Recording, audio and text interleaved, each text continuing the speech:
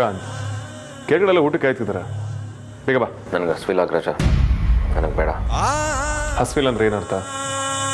ನಿಂಗೆ ಹಾಗೆ ಹೇಳೋದಕ್ಕೆ ಯಾವ ರೀಸನ್ ಇಲ್ಲ. ಬಾ ಹೋಗೋಣ. ಅಗ್ರಜ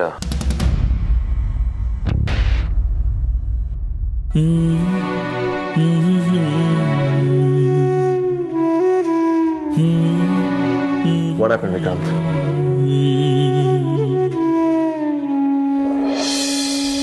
ಅಗ್ರಜ, ನೀನು ಯಾವಾಗಲೂ ನನ್ನ ಜೊತೆಗಿರ್ತೀಯ ತಾನೆ?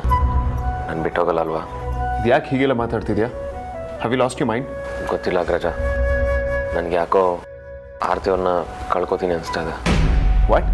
ಸಡನ್ನಾಗಿ ಏನಾಯ್ತು ನಿನಗೆ? ಯಾಕೆ ಈ ರೀತಿ ಮಾತಾಡ್ತಿದ್ಯಾ? ಭಯ ಅಗ್ರಜ. ಇಷ್ಟೆಲ್ಲ ಆದಮೇಲೂ ಆರ್ತಿಯವರು ನನಗೆ ಸಿಗದೆ ಹೋದ್ರೆ ಅನ್ನೋ ಟೆನ್ಷನ್. ಶಡ ವಿಕ್ರಾಂತ್, ಹುಚ್ಚುಚ್ಚಾಗಿ ಮಾತಾಡಬೇಡ. ಆ ಥರ ಯೋಚನೆ ಕೂಡ ಮಾಡಬೇಡ. Never ever never. ನೀವಿಬ್ಬರು ಮದುವೆ ಆಗೋವರೆಗೂ ನಾನು ನಿಮ್ಮ ಜೊತೆನೇ ಇರ್ತೀನಿ. ಮದುವೆ ನಡೆಯೋವರೆಗೂ ನಾನು ರಿಲ್ಯಾಕ್ಸ್ ಕೂಡ ಆಗೋದಿಲ್ಲ. ಅದೇನೇ ಪ್ರಾಬ್ಲಮ್ ಬರಲಿ ನಾನು ನೋಡ್ಕೋತೀನಿ.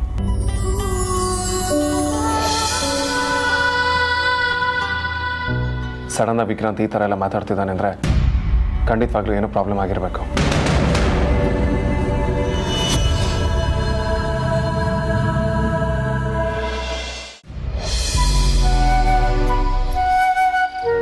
ಅಮ್ಮು, ನೀನು ಸೆಲೆಕ್ಟ್ ಮಾಡಿರೋ ಒಡವೆ ಎಲ್ಲ ತುಂಬ ಚೆನ್ನಾಗಿದೆ ಕಣೆ. ಆದರೆ ಮದುವೆಗೂ ಮುಂಚೆ ಅದನ್ನೆಲ್ಲ ಇಸ್ಕೊಳ್ಳೋದು ಸರಿ ಇರುತ್ತಾ ಅಂತ ಅಮ್ಮ ಕೇಳ್ತಾ ಇದ್ಲು. ಅದ್ರಲ್ಲಿ ಏನು ಪ್ರಾಬ್ಲಮ್ಮು? ಹೇಗಿದ್ರು ಅದನ್ನೆಲ್ಲ ಆಮೇಲೆ ನಿನ್ನ ಗಂಡನ ಮನೆಗೆ ತೊಗೊಂಡೋಗ್ತೀಯಾ, ಅದನ್ನೆಲ್ಲ ನೀನು ಇಲ್ಲಿಡ್ತೀಯಾ? ಅದು ಹಾಗಲ್ಲ ಕಣೆ. ಅಯ್ಯೋ ಅಕ್ಕ, ನೀನು ವಿಚಾರ ಬಿಡು. ಅಜ್ಜಿ ನನಗೂ ಒಡವೆ ಕೊಡಿಸಿದ್ದಾರೆ. ಬಟ್ ನಾನು ಅವ್ರ ಹತ್ರ ಮಾತಾಡಿದೆ. ಆದರೆ ಅವರು ಪ್ರೀತಿಗೆ ಬೆಲೆ ಕಟ್ಟಕ್ಕಾಗಲ್ಲ, ಸುಮ್ಮನೆ ತಗೋ ಅಂತ ಅಂದ್ಬಿಟ್ರು. ಯಾರೋ ಅಜ್ಜಿನಾ? ಮತ್ಯಾರೇ? ಅತ್ತೆನಾ? ಮಾವನಾ? ಹೋಗಕ್ಕ. ಹೋಗಕ್ಕನಾ?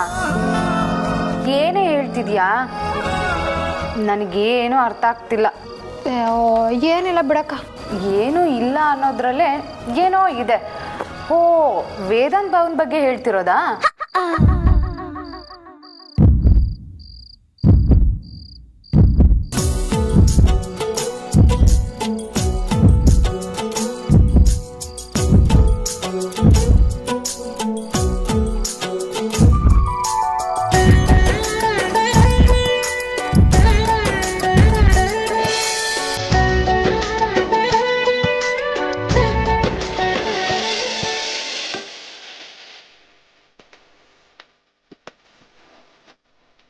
ಅಚ್ಚಿ, ಕೂತ್ಕೊಳ್ಳಿ.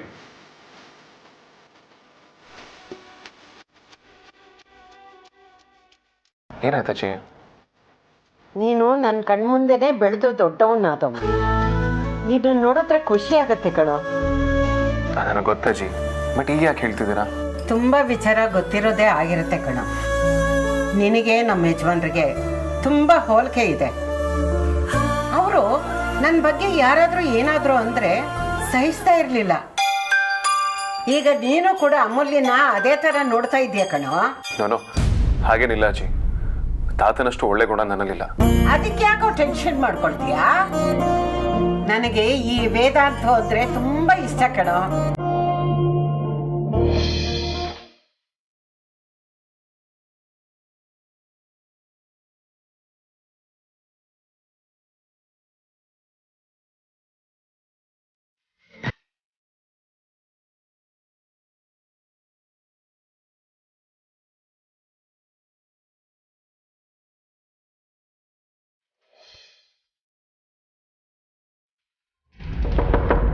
ನನ್ನ ರೂಮಿಗೆ ಯಾರು ಬರಬೇಡಿ ಅಂತ ಹೇಳಿದ್ದೆ ತಾನೆ? ನಂಗೊಂಚೂರು ಪ್ರೈವೇಸಿ ಇಲ್ಲ.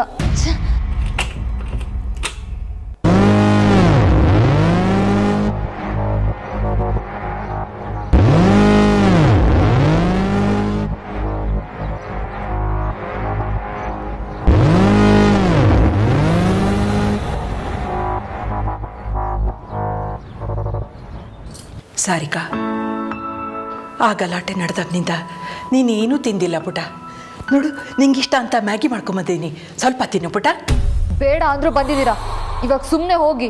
ಸಾರಿಕಾ, ಬೇಕು ಬೇಕು ಅಂತ ಬಯಸಿ ಪಡ್ಕೊಂಡಿರೋ ಹೆಣ್ಮಗಳು ಕಣೆ ನೀನು. ಈ ಥರ ಊಟ ತಿಂಡಿ ಎಲ್ಲ ಬಿಟ್ಟು ನನ್ನ ಹೊಟ್ಟೆ ಉರಿಸ್ಬೇಡವೆ. ತುಂಬಾ ಬೇಜಾರಾಗುತ್ತೆ ನನಗೆ. ನಾನು ಬರೋವರೆಗೂ ನಿಮಗೆ ನನ್ನ ಮೇಲೆ ಆಸೆ ಇತ್ತು, ಆದರೆ ನಾನು ಬಂದಮೇಲೆ ನನ್ನ ಬಗ್ಗೆ ಕೇರ್ ಮಾಡೋದನ್ನೇ ಬಿಟ್ಬಿಟ್ರಿ ಅಲ್ವಾ? ಊಟ ತಿಂಡಿ ಮಾಡ್ಕೊಂಡು ಬಿದ್ದಿರಲಿ ಅಂತ ಅಲ್ವಾ? ಆರ್ತಿ ವಿಕ್ಕಿ ಮದುವೆ ಹತ್ರ ಬರ್ತಿರೋದ್ರಿಂದ ನಿನಗೆ ಹೀಗೆ ಅನಿಸುತ್ತೆ ಅಂತ ನನಗೆ ಅರ್ಥ ಆಗುತ್ತೆ ಪುಟ. ಇಷ್ಟು ದಿನ ನಾನು ನಿನ್ನ ಮೇಲೆ ಕೋಪ ಮಾಡ್ಕೊಂಡಿದ್ದೆ, ಆದರೆ ಈಗ ನಿನ್ನ ಪರಿಸ್ಥಿತಿ ಏನು ಅಂತ ನನಗೂ ಅರ್ಥ ಆಗ್ತಿದೆ ಕಂದ. ಏನು ಅರ್ಥ ಆಗದು ನಿಮಗೆ? ಸುಮ್ಮನೆ ಸುಳ್ಳು ಹೇಳಿ ಪೂಸಿ ಹೊಡೆಯೋದೇನು ಬೇಕಾಗಿಲ್ಲ. ಅಲ್ಲ ಕಣೆ, ನಿನಗೆ ಬೆಣ್ಣೆ ಹೆಚ್ಚಿ ಪೂಸಿ ಹೊಡೆಯೋದ್ರಿಂದ ನಮಗೇನು ಲಾಭ ಹೇಳು? ನೋಡು, ನಿನಗೆ ವಿಕ್ಕಿಗಿಂತ ಒಳ್ಳೆ ಹುಡುಗನ್ನೇ ಹುಡುಕ್ತೀವಿ. ಹಠ ಮಾಡಬೇಡ ಪುಟ, ತಗೋತೀನು. Stop it mom. ಫೇಕ್ ಪ್ರೀತಿ ಎಲ್ಲ ನನಗೆ ಬೇಡ. ನನಗೇನು ಬೇಕು ಅಂತ ನಿಮಗೆ ಅರ್ಥ ಆಗಲ್ಲ. ನನಗೆ ಯಾರ ಸಹಾಯ, ಯಾರ ಸಿಂಪತಿನೂ ಬೇಕಾಗಿಲ್ಲ. ನನಗೇನು ಬೇಕೋ ನನಗದು ಗೊತ್ತು. ನಾನು ಅದನ್ನು ಪಡ್ಕೋತೀನಿ. ನೀವಿನ್ನು ಆಚೆ ಹೋಗ್ಬೋದು.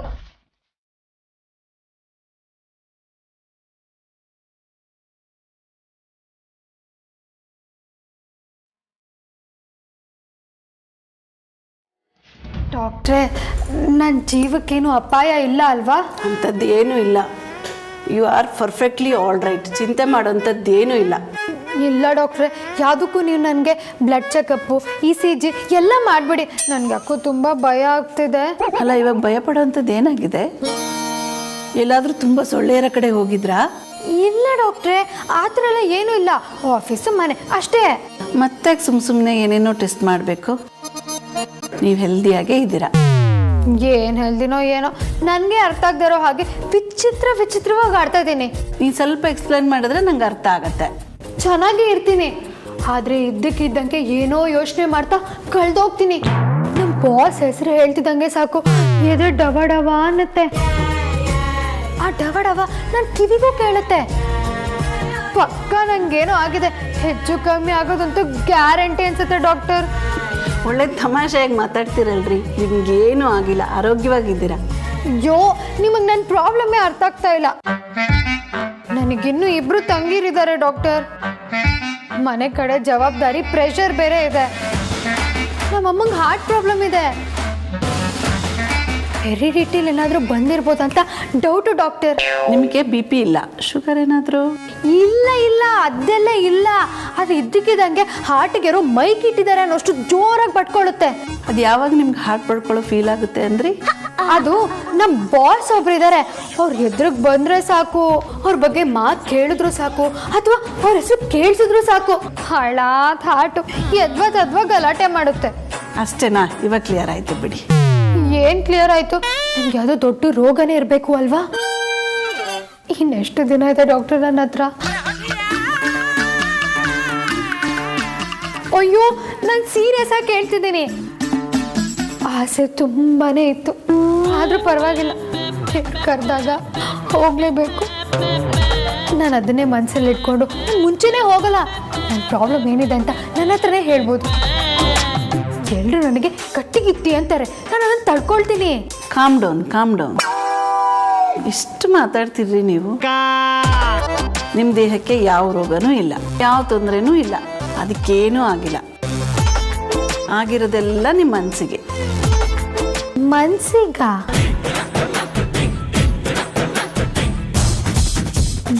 ಏನಾಗಿದೆ ಡಾಕ್ಟರ್? ನನ್ನ ಪ್ರಕಾರ ಪ್ರೀತಿಯಾಗಿದೆ.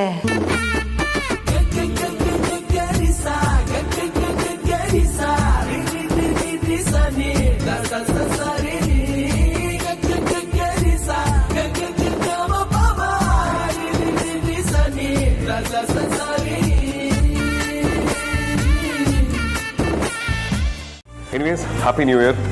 Have a great year ahead. Wish you the same.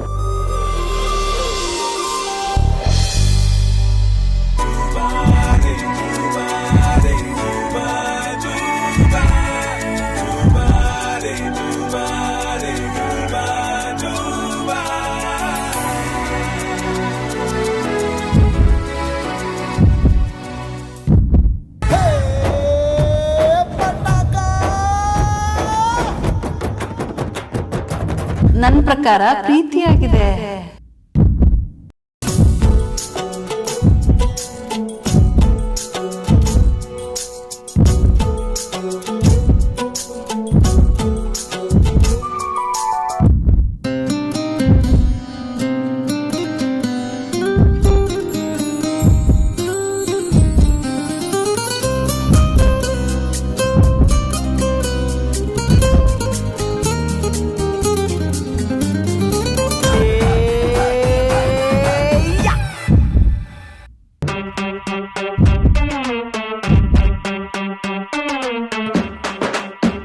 Psycho.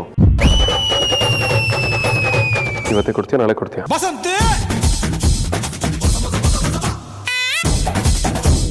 Vedant sir ಡೆಲ್ಲಿಗೆ ಹೋಗ್ತಾ ಇದ್ದಾರೆ.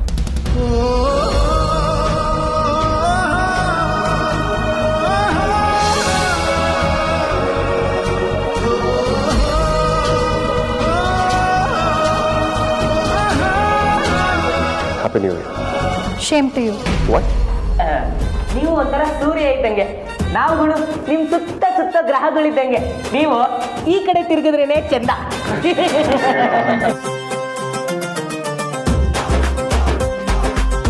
ನನ್ನ ಮನೆಗಿಂತ ಜಾಸ್ತಿ ಟೈಮ್ ಸ್ಪೆಂಡ್ ಮಾಡೋದಿಲ್ಲ, ಸೊ ನೀವು ಕೂಡ ನನ್ನ ಫ್ಯಾಮಿಲಿ ಆಗ್ತೀರಾ. I wish you all a very happy new year.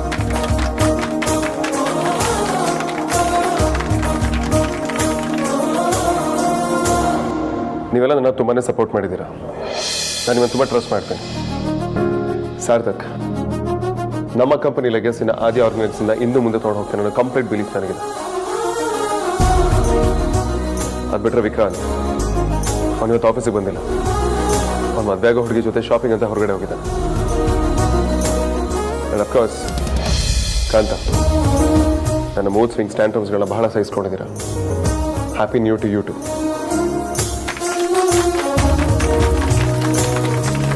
ಎಲ್ಲಾರನ್ನೂ ನಗ್ಸೋ ಜೀವಕ್ಕೆ ಕಣ್ಣಲ್ಲಿ ನೀರು ಬರೆಸ್ಬಿಟ್ರಲ್ಲ ಬಾಸ್. ನಾನು ಬೆಸ್ಟ್ ಕಮಿಡಿಯನ್ ಅವಾರ್ಡ್ ತಗೊಂಡಿರೋನು ಆಫೀಸಲ್ಲಿ. ಓವರ್ ಆಕ್ಟಿಂಗ್ ಮಾಡೋ ಅವಕಾಶ ಸಿಕ್ಲಿ ಅಂತ ಕಾಯ್ತಾ ಇರ್ತೀರಲ್ವಾ? ಗೊತ್ತಾಗೋಯ್ತಾ boss? And yes, I definitely want to wish one more person. ಅದು ಅಮೂಲ್ಯ.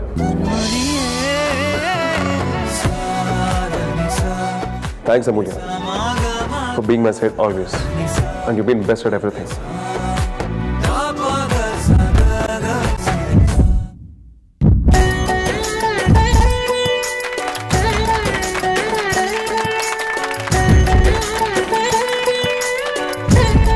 ಎಣ್ಣೆ ಬೇಕು ಅಣ್ಣ.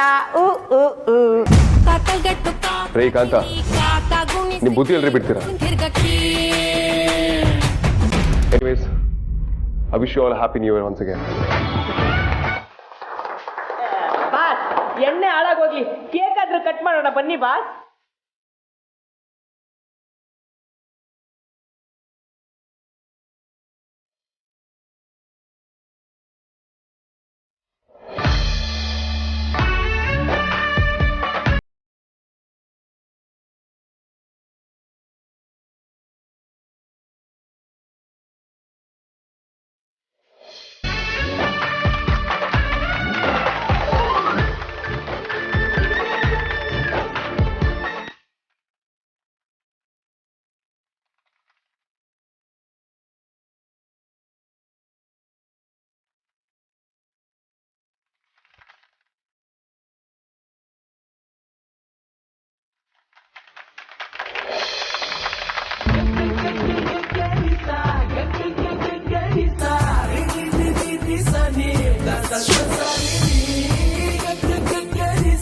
Happy New Year.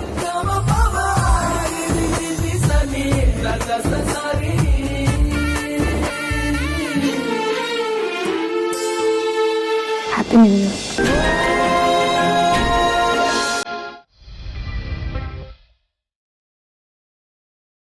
Sir,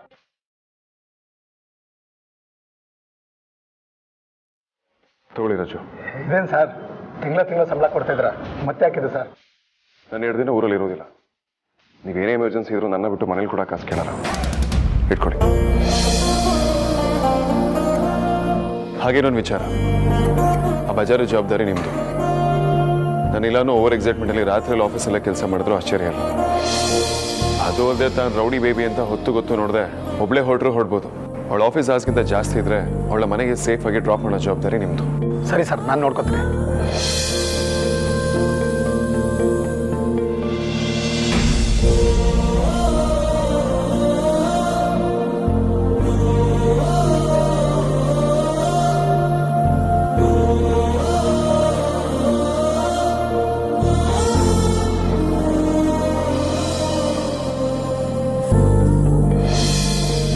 ಹೊಡ್ತೀರಾ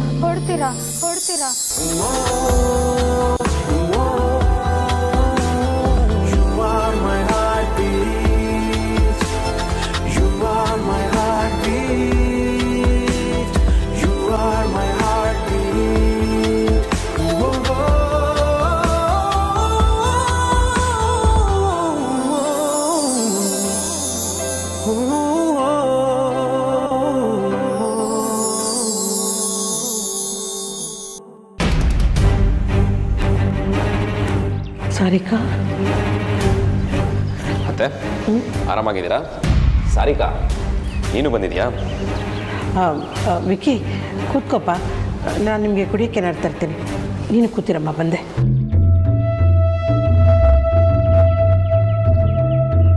Sarika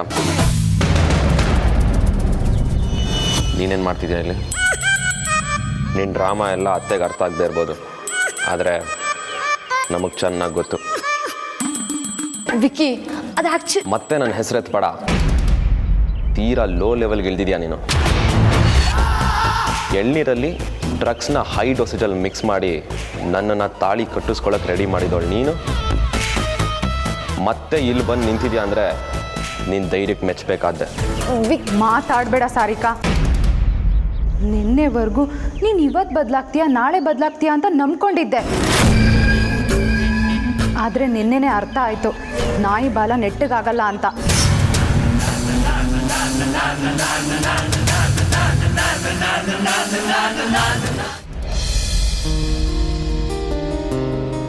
S, ಹೊರಡ್ತಾ ಇದ್ದೀನಿ. You take care. ಏನಾದರೂ ಪ್ರಾಬ್ಲಮ್ ಇದ್ರೆ ಕಾಲ್ ಮಾಡು, ಟೆನ್ಷನ್ ಮಾಡ್ಕೋಬೇಡ. ಅಣ್ಣನ ಸಾತಕ್ ಜೊತೆ ಎಲ್ಲ ಮಾತಾಡ್ತೀನಿ. ಲಗ್ನ ಪತ್ರಿಕೆ ಪೂಜೆಗೆ ಅವನ್ನೆಲ್ಲ ವ್ಯವಸ್ಥೆ ಮಾಡ್ತಾನೆ. ನೀನು ತಲೆ ಕೆಡ್ಸ್ಕೊಬೇಡ. ಬಲ ಬಾಸ್, ಮತ್ತಿನೇನು? ನಾನು ನಿಮ್ಗೇನೋ ಹೇಳಬೇಕು.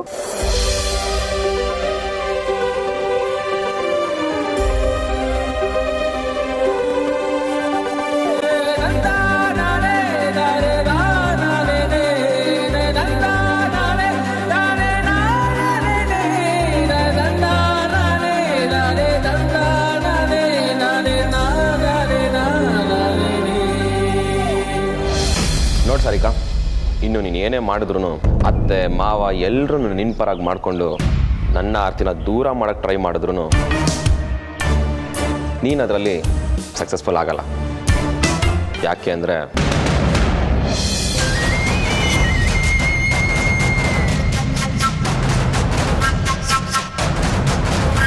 ವಿಕ್ಕಿಗೆ ಆರ್ತಿನೇ, ಆರ್ತಿಗೆ ವಿಕ್ಕಿನೇ ಅಂತ ನಮ್ಮಿಬ್ರು ಹಣೆಯಲ್ಲೂ ಯಾವಾಗಲೂ ಬರ್ತಿದೆ. ಇಷ್ಟರ ಮೇಲೂ ನೀನು ವಿಷ ಕಾಡೋ ಕೆಲಸ ಕಂಟಿನ್ಯೂ ಮಾಡಿದ್ರೆ ನೀನು ಮಾಡಿದ ನೀಚ ಕೆಲಸನ ಎಲ್ರಿಗೂ ಹೇಳಬೇಕಾಗತ್ತೆ.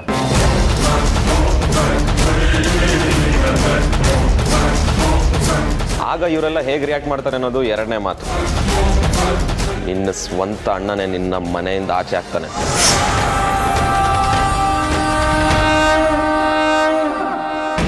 ಹೇಳ್ಬೋಲಿಯಾ?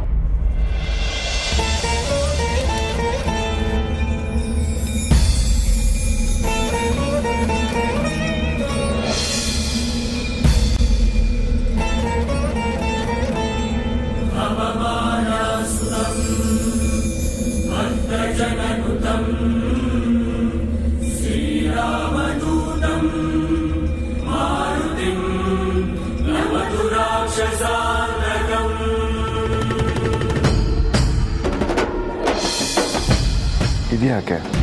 ಇದು ನಿಮ್ಮ ಸೇಫ್ಟಿಗೆ.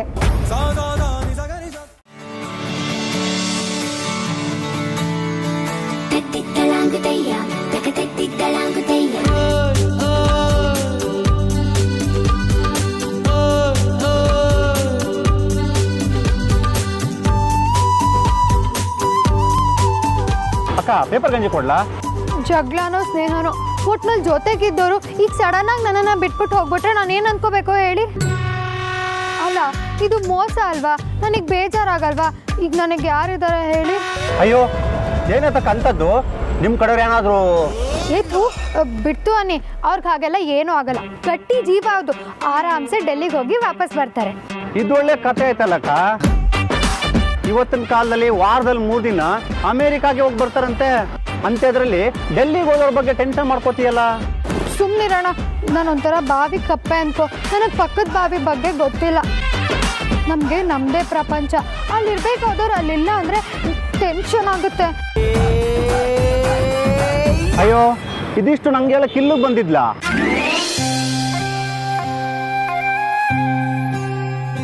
ಅಮೂಲ್ಯ ಮೇಡಮ್, ಅಮೂಲ್ಯ ಮೇಡಮ್, ಅಲ್ಲ ಎಂತ ಕತೆ ನಿಮ್ದು? ದಿನ ಆಫೀಸಿಂದ ಮನೆಗೆ ವಾಪತ್ತಿಗೆ ನಮ್ಮ ಅಂಗಡಿಯಾಗ ಒಂದು ಸ್ವೀಟ್ ಮಿಕ್ಸ್ ಪಾನಿಪುರಿ ತಿಂದೋಪರಿ ಇವತ್ತು ಹಾಗೆ ಹೋಗ್ತಿದ್ರಲ್ಲ ಎಂತಕ್ಕೆ? ಇನ್ನೇನ್ ಮಾಡ್ಲು ಅವ್ರು ಹಾಗೆ ಮಾಡಿದ್ರೆ?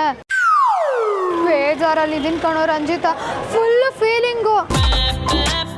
2 ದಿನ ನನ್ನನ್ನು ಬಿಟ್ಟು ಡೆಲ್ಲಿಗೆ ಹೋಗಿದ್ದಾರೆ ಗೊತ್ತಾ? ಅಲ್ಲ ನೀವ್ ಎಂತಕ್ ಮಂಡಿ ಬಿಸಿ ಮಾಡುದು? ಸ್ವಲ್ಪ ಅರ್ಥ ಅಪ್ಪಂಗೆ ಹೇಳುರಲ್ಲ. ನನಗೇನು ಅರ್ಥ ಆಗ್ತಾ ಇಲ್ಲ, ಇನ್ನು ನಿನಗೇಗೋ ಹೇಳಿ. ನನ್ನ ಬೇಜಾರು ಯಾರಿಗೂ ಅರ್ಥ ಆಗಲ್ಲ. ಡೈಲಿ ಜಗಳ ಮಾಡಿದ್ರೆ ಅದೊಂಥರ ಅಡಿಕ್ಟ್ ಆಗ್ಬಿಡುತ್ತೆ. ಇವತ್ತು ಕೈ ಕಡಿತಾ ಇದೆ, ನಾಲ್ಗೆ ಒಣಗ್ತಾ ಇದೆ. ಜಗಳ ಮಾಡಿಲ್ಲ ಅಂದ್ರೆ ರಾತ್ರಿ ನಿದ್ದೆನೂ ಬರಲ್ಲ ಅನ್ಸುತ್ತೆ. ಇದೆಲ್ಲ ಗೊತ್ತಿರೋ ಪಾರ್ಟಿ ಈಗ ಹೋಗ್ಬೋದೇನೋ? ಮೇಲ್ ಹೋದ್ರ ಮೇಡಮ್? ಸುಮ್ಮನೆ ಇರು, ಎಲ್ರು ಕಳ್ಸೋದ್ರಲ್ಲೇ ಇರಿ. ಅವರು ಬೇರೆ ದೂರದಲ್ಲಿದ್ದಾರೆ. ಮನ್ಸಿಗೆ ಮೊದಲೇ ಕೆಟ್ಟ ಆಲೋಚನೆ ಬರುತ್ತೆ. ಅಂಥದ್ರಲ್ಲಿ ನೀನೇನೇನೋ ಎಳೆದಿಸ್ಬೇಡ. ನಾವು ಯಾರ ಬಗ್ಗೆ ಕಾಳಜಿ ಮಾಡ್ತೀವೋ ಅವ್ರಿಗೆ ನಮ್ಮ ಬಗ್ಗೆ ಚಿಂತೆನೇ ಇಲ್ಲ. ದುನಿಯಾ ಸರಿ ಇಲ್ಲ ಕಣೋ ರಂಜಿತಾ, ಇಲ್ಲಿ ಯಾರಿಗೂ ಇಲ್ಲ. ಇದು ನ್ಯಾಯನ ಹೇಳು? ಅಮೂಲ್ಯಕ್ಕ ಬೇಕಾದ್ರೆ ಒಂದು ಸುಕ್ಕ ಪುರಿ ಜಾಸ್ತಿ ಕೊಡ್ತೆ, ಆದ್ರೆ ನನ್ನ ಹತ್ರ ನ್ಯಾಯ ಮಾತ್ರ ಕೇಮಕ್ಕೆ ಹೋಗ್ಬೇಡಿ. ಮೊದಲೇ ವ್ಯಾಪಾರ ಇದೆ, ಮಂಡಿ ಎಲ್ಲ ಕೆಟ್ಟೋಯ್ತು. ಸುಕ್ಕ ಪುರಿನೂ ಬೇಡ, ಎಂಥದ್ದು ಬೇಡ, ನಂಗೆ ಹಸ್ವೆ ಇಲ್ಲ. ಅಲ್ಲ ಮಂಗ ಹಳ್ಳಿ ಓದಿತ್ತು, ಆದ್ರೆ ಪೂರ್ತಿ ಇಷ್ಟು ದೊಡ್ಡ ಮಂಗ ಹಳ್ಳಿ ಗೊತ್ತಿಲ್ಲ. ಮಂಡಿ ಎಲ್ಲ ಕೆಟ್ಟೋಯ್ತು.